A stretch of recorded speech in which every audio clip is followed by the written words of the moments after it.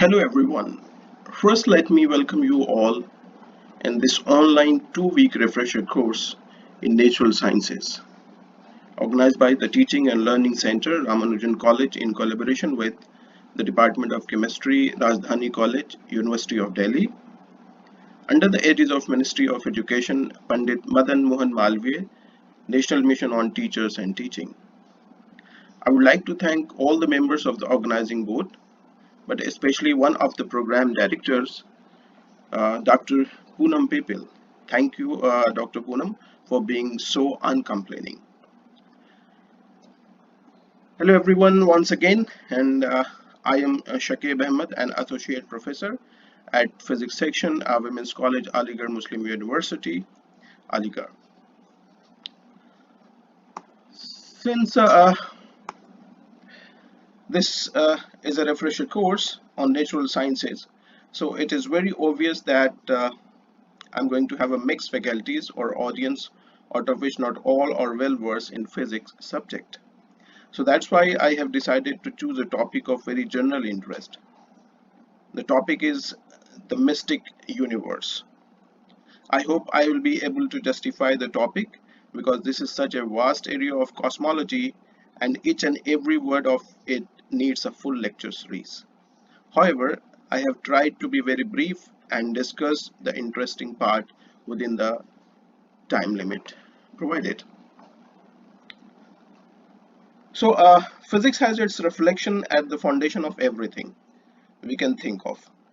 Only physics can find the answers to the mysteries of the mystic universe, which are looking like impossibilities that may take 1,000 years or more to solve them. But I will start by asking few questions like what is universe? How large is the universe?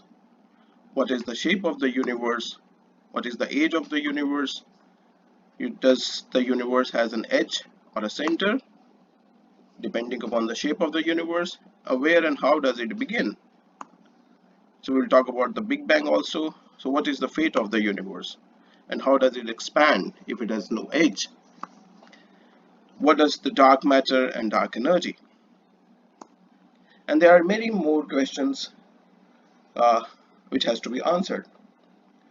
So these are some of the biggest questions, and while our existence is so small as compared to the existence of the universe, that we may never be able to fully understand the true scale of the universe. However, advancement in technology are helping us to look ever deeper into the mysteries of our existence towards the edge of our observable universe. In these three lectures, I'll be briefly putting in front of you the answers to few of these questions, like what is the universe, its ever-spreading scale, its beginning, its shape, and its phase, and the laws through which our universe governs.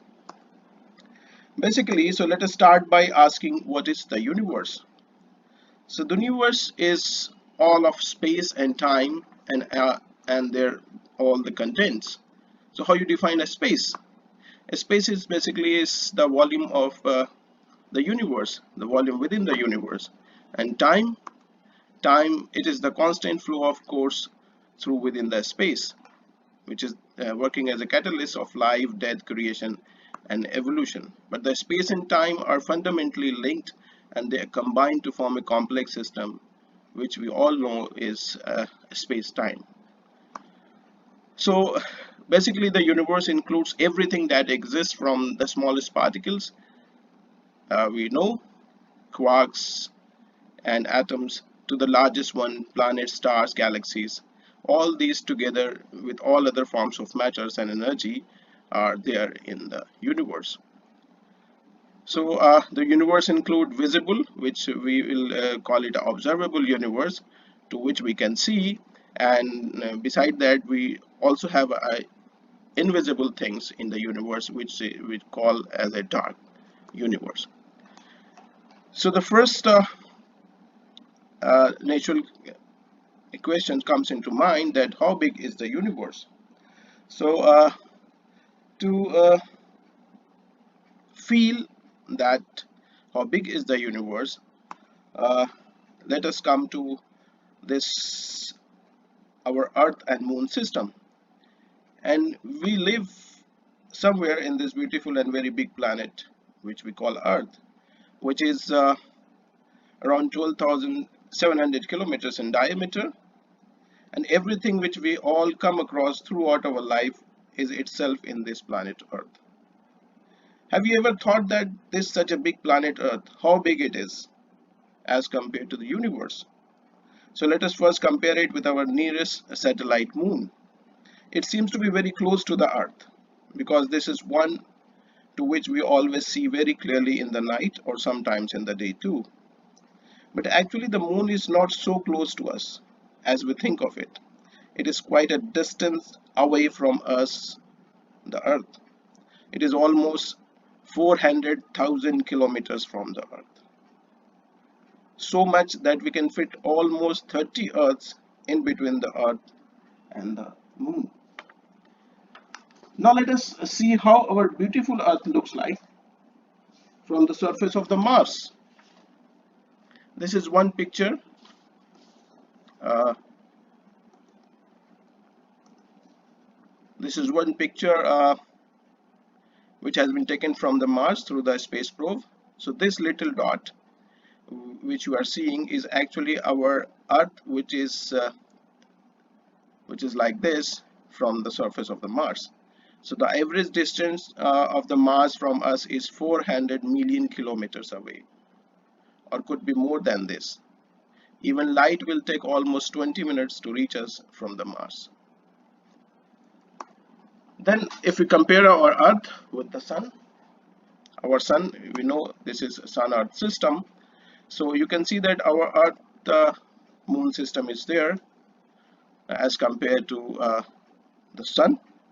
The Sun is like 1.39 million kilometers in diameter, and which is basically 109 times greater than that of the Earth. So over 1 million Earth we can fit inside this volume of the Sun. The Earth is about one astronomical unit. That is the one astronomical unit is the average distance between the Earth and the Sun is called an astronomical unit. So that is equal to 150 million kilometers. So the Earth is about one astronomical unit away from the Sun. So the astronomical unit is the distance between the Earth and the Sun. So you see that the largeness of the universe just as compared to our Earth and the Sun, if you compare our Earth and the Sun system. This is our solar system in which we live.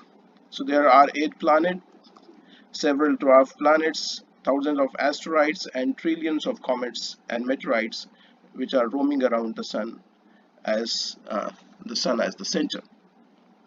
So we have Sun, we have Earth, and inside that we are expanding. I'm zooming out to see that how vast the structure of the universe is. So once we get out of our solar system, if I get out of from our solar system, what we see is the interstellar neighborhood. This is our outer solar system. You see that this is our solar system. So here we measure the distance when we get out of the solar system. We measure the distance in terms of the light year instead of the astronomical unit. So the light year is a unit of astronomical distance, which is equivalent to the distance that the light travel in 1 year. So we know that the speed of light is in vacuum is 3 into 10 to the power 8 meter per second. So with this speed, the distance covered by the light in 1 year is the one equal to the 1 light year, and this is equal to 9.4607 in 10 to the power 12 kilometer. That is basically 10 trillion kilometers.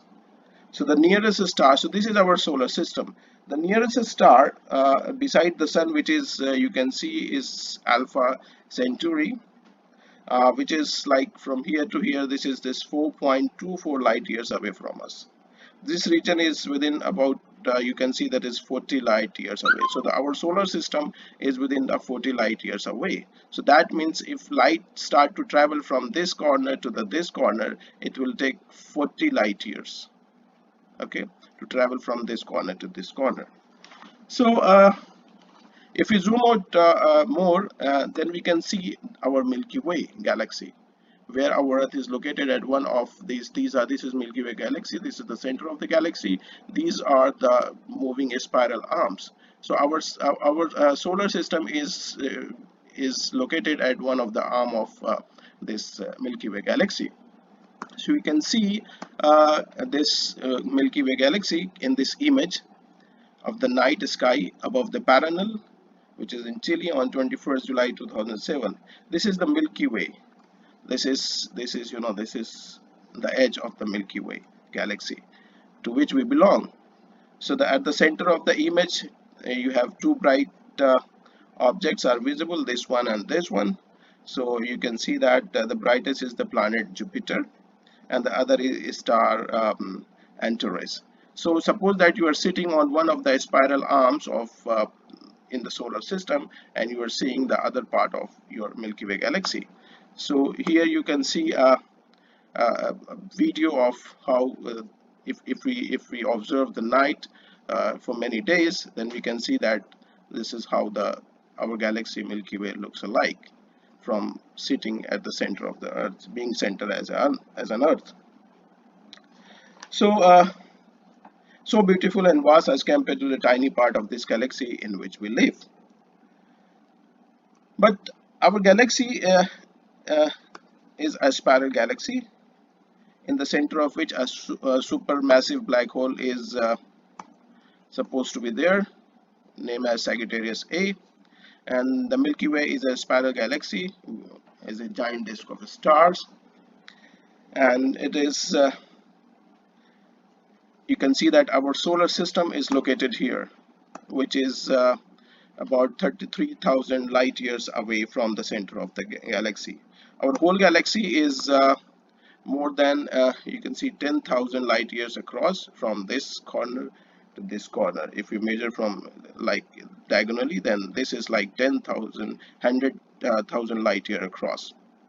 Okay, so in this galaxy there are almost 100 to 400 billion stars and planets, but we cannot see all these in the night, because all the 99% stars which we can see at because this is our solar system, all the 99% of star which we can see is just located in this smallest area, where our Earth is located. So the Milky Way is approximately 899 billion times the mass of the Sun. So this such a vast galaxy is nothing as compared to the system of which Milky Way is just a tiny part. So nearby our Milky Way, you can see nearby our Milky Way, there exists another galaxy named as Andromeda Galaxy, which is M31, which is actually 2.5 million light years away. And the other galaxy is here, which is known as the Triangulum M33, existing nearby. In the future, the Milky Way and Andromeda galaxies are expected to collide in about 4.5 billion years, and then they can form another astronomical system. So you can see this video of collision of this Andromeda galaxy and the Milky Way galaxy, and they keep on colliding until they form a different astronomical system.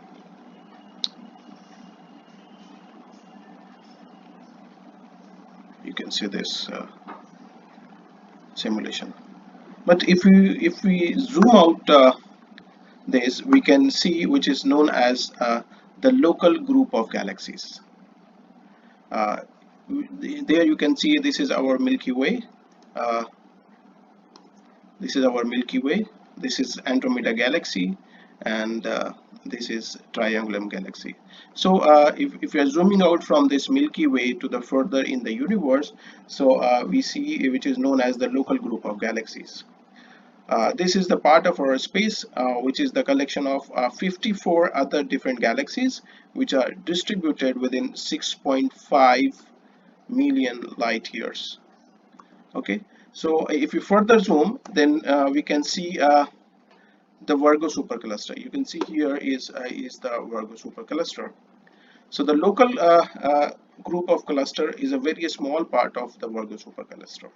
So here these are distributed within 130 million light years, and but in this it's a huge cluster, which is a thousand of galaxies are there, and the largest cluster is the Virgo cluster.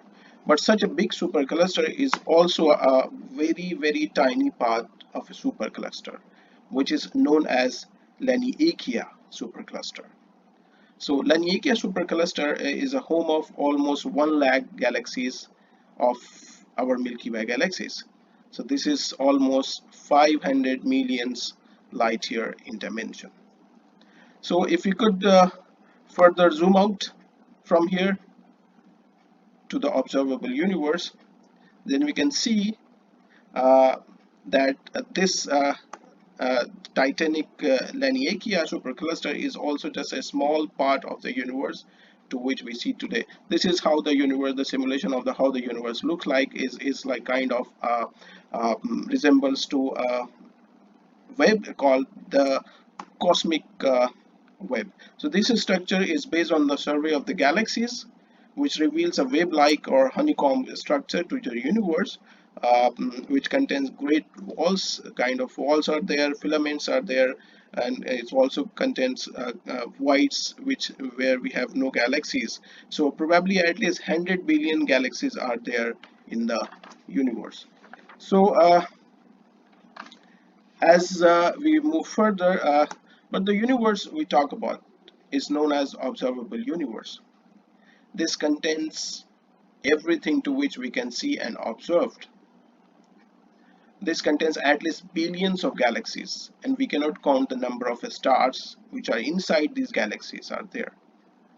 It could be more than the dust particles in the desert of our Earth. So if we suppose if we centered if we suppose this is the center as an Earth, so the distance to any corner to the observable universe uh, is uh, is is observed to be 46 billion light years. This is 4650 crore light years. So the whole radius of this whole diameter of this observable universe out of this space, and this is just the 46 billion light years is just the observable present universe, which is like 92 billion light years in the diameter. But the important point to be keep in mind that the presently reachable universe by us is only this red area, which is 14.5 billion light years across. So that means what we have seen in the universe is only within this diameter. This is presently observable, but by reachable by us is this only 14.5 billion light years. But the most interesting thing is that what is outside this observable universe, which is what is beyond this yellow region. Mind it that the observable universe is all those objects to which we cannot see. Observable universe is to which we can see or observe today using the advanced technology and telescopes.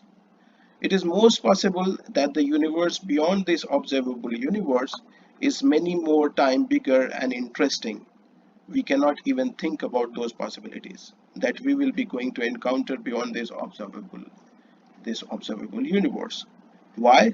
Because we cannot see it from this point in space and time. We cannot see from this beyond this yellow region, because the light has never been reached to us from that far, or may not reach to us never.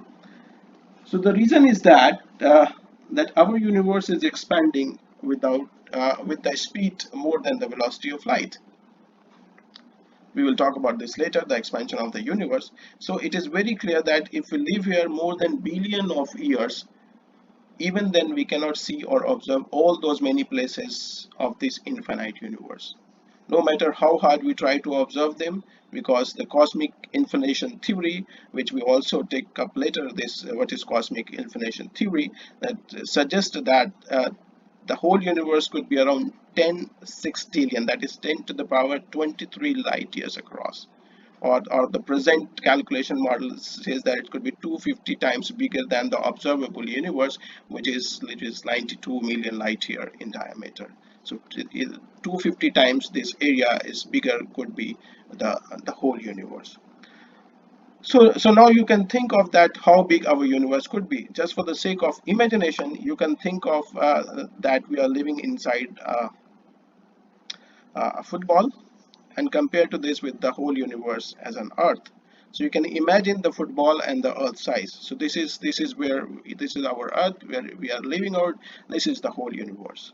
So but you see that our universe is full of many more mysteries to be undiscovered, and scientists are constantly doing their interests with latest technology which are available. So moving further, if I ask how big the universe is, seems like a silly question. I mean, it's big, really big. But how big is the universe? Well, the first thing we need to realize that there is a difference in the entire universe and the universe visible from the Earth. So because these are two different things, entire universe and the universe, visible universe. So how much of the universe we can see from our Earth as a center?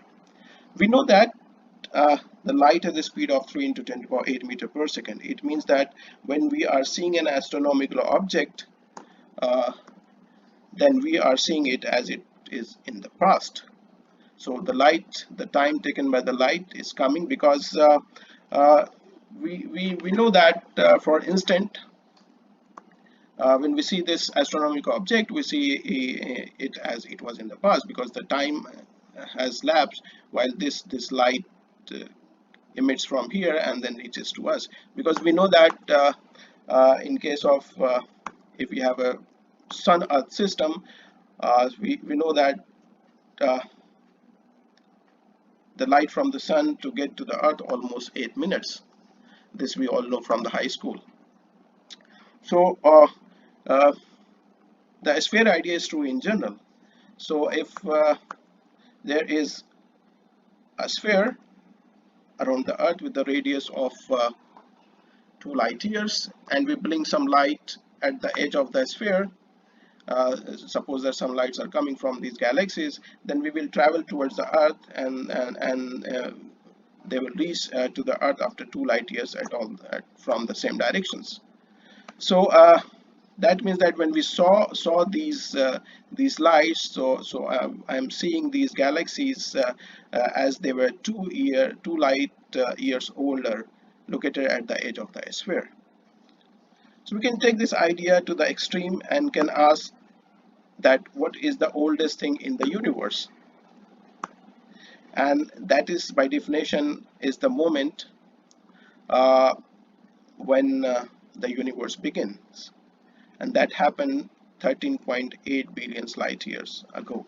So this will be 13.8 billion light year ago. So if the universe was not expanding, then the fastest or oldest thing we would see would be a sphere centered around the earth with the diameter of 13.8 light years. So mind it, because we are supposing that the universe is not expanding. So this is what we call observable universe. So universe, all that exists is observable universe is all that exists, and observable universe is all that we can see. And this is observable universe, and we cannot see outside this sphere. So within this visible universe, light takes time to reach to us. Outside the universe, it has not. So we cannot see anything outside this sphere. But we have to be cautious, because the number quoted for visible universe is feasible when the universe is not expanding. So remember that the universe could be infinite, and the observable universe is most definitely finite. So but we know that the universe is expanding, so we will discuss it later. So the situation is little more complicated. So if the universe is expanding, so the bottom line is that there is a sphere centered at the Earth up to the extent of the visible universe. So, is that how big the entire universe is? That centered 13.8 billion light years? The answer is almost certainly no. The universe is way bigger than what we currently see now, and the kind we already knew this. So if you look out the light from the edge of the sphere coming to us today, so if you look at, if we are sitting here today, if the lights which are coming from the edge of this sphere, uh, but if we look it out tomorrow, then we will have to add some more visible space to it. That have to add some more visible space to it. That because the light travels during those 24 hours is getting here tomorrow. So day after day we will be able to see a larger and larger sphere of the universe. First day, second day, and third day. There are locations that we cannot see today. It is simply because the light from that is simply not have reached to us today, but we will be able to see it tomorrow. So this idea solves the complication due to the expansion of the universe. Therefore, we can conclude that the entire universe is definitely much larger than the portion we see today, which is known as the observable or reachable universe. But the question remains to answer how big it is actually. We need a number. So we will take this up on the later stage. Well, to answer that question, we need to back up a little bit. Let us now talk about the expanding universe. In these slides, I will try to or make you understand that how we come to the conclusion that really the universe is expanding within the presence of the dark matter. Not only expanding, the universe is actually accelerating under dominance of the dark energy. The first thing we ask, is the universe expanding? And how do we know that the universe is expanding? So the answer is given by the scientist Edwin Hubble in 1920s.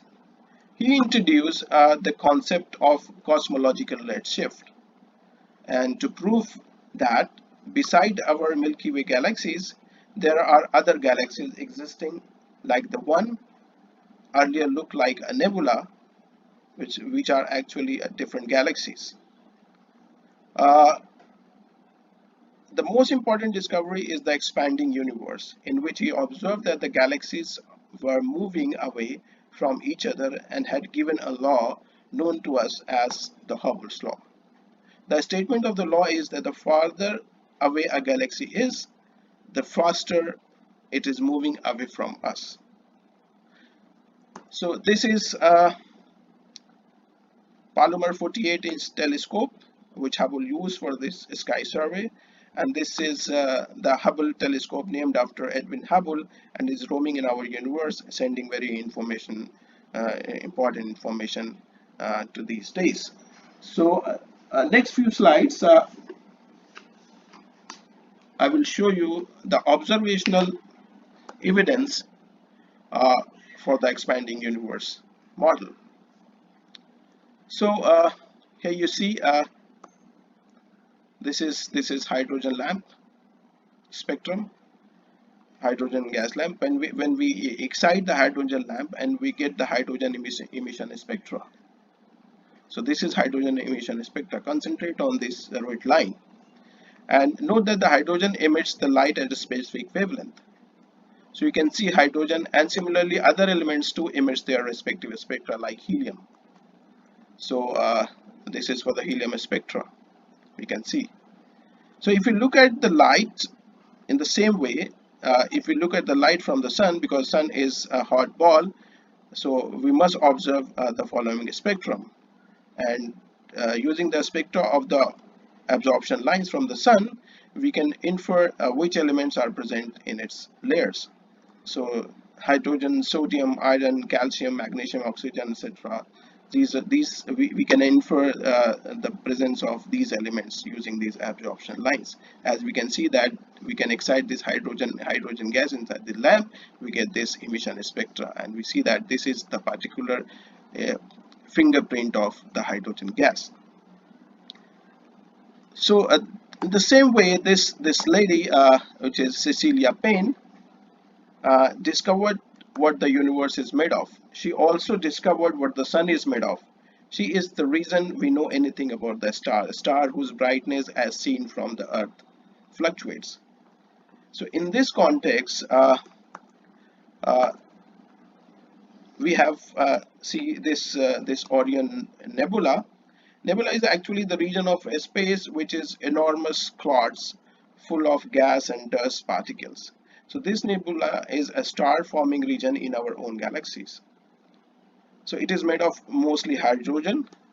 So if we take the fingerprint of this spectrum, so we can see the fingerprint of the hydrogen line, especially the strong, if you concentrate on the strong red line, which is at 656 nanometer is present. The nebula also has a lot of oxygen, which is accounts for the extra green lines in the spectrum. So you have to concentrate on this hydrogen line, which is here. So if you're moving further uh, uh, to different galaxies, here is the spectrum of the fairly distant galaxies, which is UGC 12915, a picture in the upper left. It has a lot of hydrogen that glows as an emission line in the spectrum too, but a lot of hydrogen lines are here.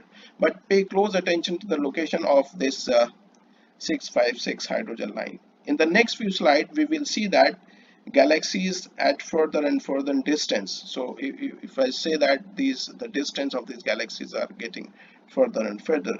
So for distance, which is evidenced by their decreasing apparent size. So in their digital sky survey image. So if you see this galaxy, this is getting further apart. You can see the spectrum here. Also, this you can see the position is like red line, hydrogen spectrum.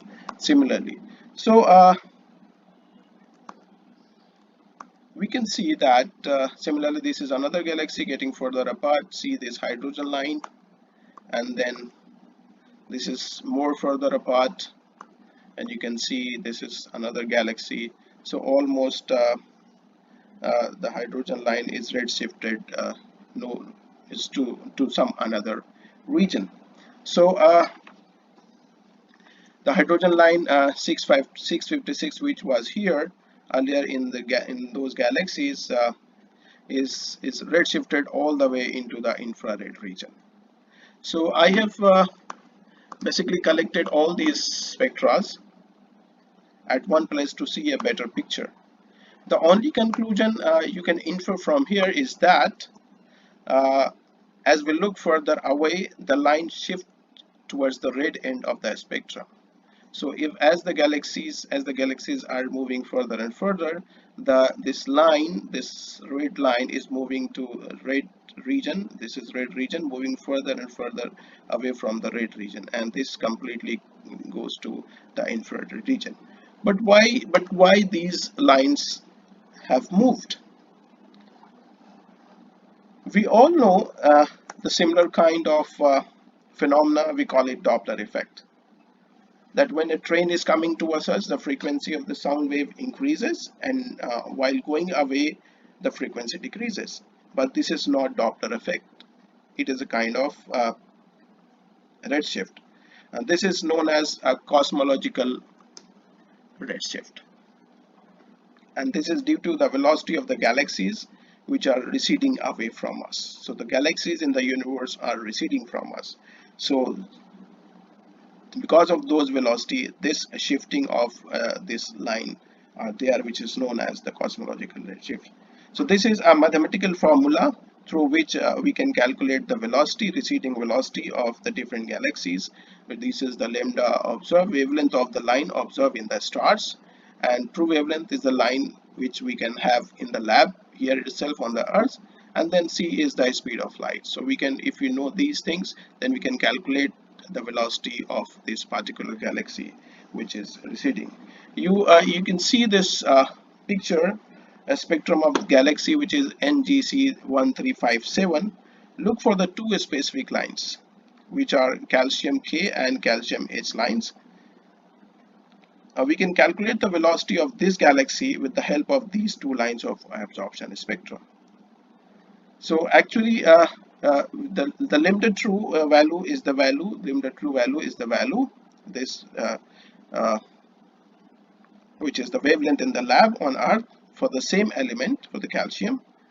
And for example, we have, if we take calcium alpha, so we can put we can calculate the wavelength of this from this spectrum from the star, and which is lambda observed, and the true value from the lab we know c is 3 into 10 to 5 kilometer per second. So we can put it here and we can calculate what is the receding velocity. Similarly, from this line we can calculate, and then if we take the average of these two velocity, we get pretty accurate value of the recessional velocity of this galaxy as observed through the sky survey. So this is because of the redshift we have. This is a plot of recessional velocity. This is on the y-axis we have recessional velocity, and on the x-axis we have distance for several galaxies. These dots are for different galaxies. So this data, if you fit this data is fitted with this equation v equal to h naught d. So this h naught is the Hubble constant, and which is in the unit of kilometer per second per megaparsec. Basically, the parsec is like 3.26 light years. That is 13.9 to 10 power 12 kilometers. So h naught, because this is a straight line, h naught is basically the gradient of this straight line, or the slope of this straight line. This will be del v times del t. So if we can calculate the value of h naught from this graph. So if we take this value, this is 2000. If recessional velocity is 2000 kilometer per second, then the corresponding distance is like 9 into 10 to about 20 kilometers. And then if this is 4400 kilometer, then the recessional velocity is like 20. So if we put all these things, then we can find what is the value of the gradient. This is h naught. So this is 67.73 kilometer per second megaparsec. So this is quite close to the observed, which is like h naught, which is 71 kilometer per second per megaparsec. So the important conclusion we can make that the greater the distance of the galaxies is from us, the faster it is moving, or faster it is not moving, it seems to be receding. Another important point to be noted is that look at the unit of h naught. So h naught is per second. Okay, so this is the Hubble constant. So it is a second inverse. It means that if we run the expansion backward, we can estimate the age of the universe, just like we can have t equal to 1 by h naught. Okay, so we can calculate the age of the universe. So t equal to 1 by h naught, we have value of h naught, which is 2.2 into power minus 10 to power 18 seconds. This is this much of second. And then if we convert this second into a year, so we have, you know how to convert it, hours to 60 into 60, 60 minutes into 60 seconds. This is 3600 seconds. Day we have 4 hours, and in year we have 365 days. So if you calculate it, it comes out to be like 14.5 billion years, which is quite close to the present accepted number for the age of the universe, that is 13.8 billion years. So as I already told you that the redshift is not the Doppler effect. This cosmological redshift happens due to the expansion of the space-time itself. because when the space-time stretches in itself, the wavelength stretches and shifts towards the red region of the electromagnetic spectrum. So please don't get confused with the Doppler effect and between the Doppler effect and the cosmological redshift. These are like its analogy is same, but they are the different things.